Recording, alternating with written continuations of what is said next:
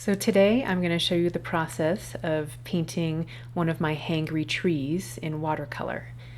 This is a very small 2.5 by 3-inch painting, and I find it's actually a lot easier to get nice saturated pigments and gain control of your color saturation with watercolor if you start small. I liked doing these small paintings so much, I've continued them even though I can manage larger pieces at this point. But if you're doing watercolor on your own and you're having trouble getting rich washes and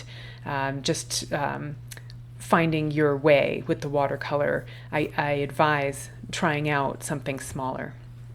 So here I just blotted up an area that I put a color that I wasn't happy with on.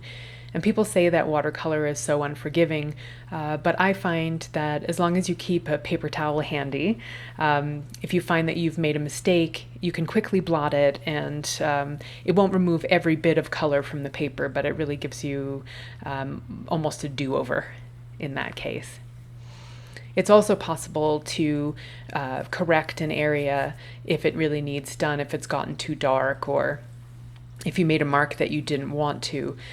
You can take a wet brush and agitate the surface of the paper in that area, and then use a paper towel to blot up some of the pigment. So you can turn back time a little bit. You're going to get less of the pigment off than if you had blotted it right away.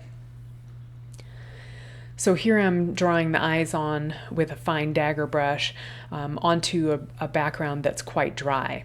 So you'll only get really good sharp lines with watercolor if you're painting on a very dry surface. So I always start with the lightest colors. If you try to start with dark colors with watercolor, you'll find that the dark areas will bleed into the areas next to them, and also, things won't be as crisp. And so with oil painting, you start dark and move to light areas, and watercolor is just the opposite. So on these hangry trees, I like to fill the mouth with red and then come back with the much darker color just to add a little bit of life inside his angry, hungry scream. So I love this little dagger brush for textures. It really allows me a lot of control, and it actually holds a fair bit of water, which gives me a little flexibility with what I'm doing. So just adding a few details, not too fine details in the background because the focus is the tree in front, but a bit of texture to give the forest around him some interest.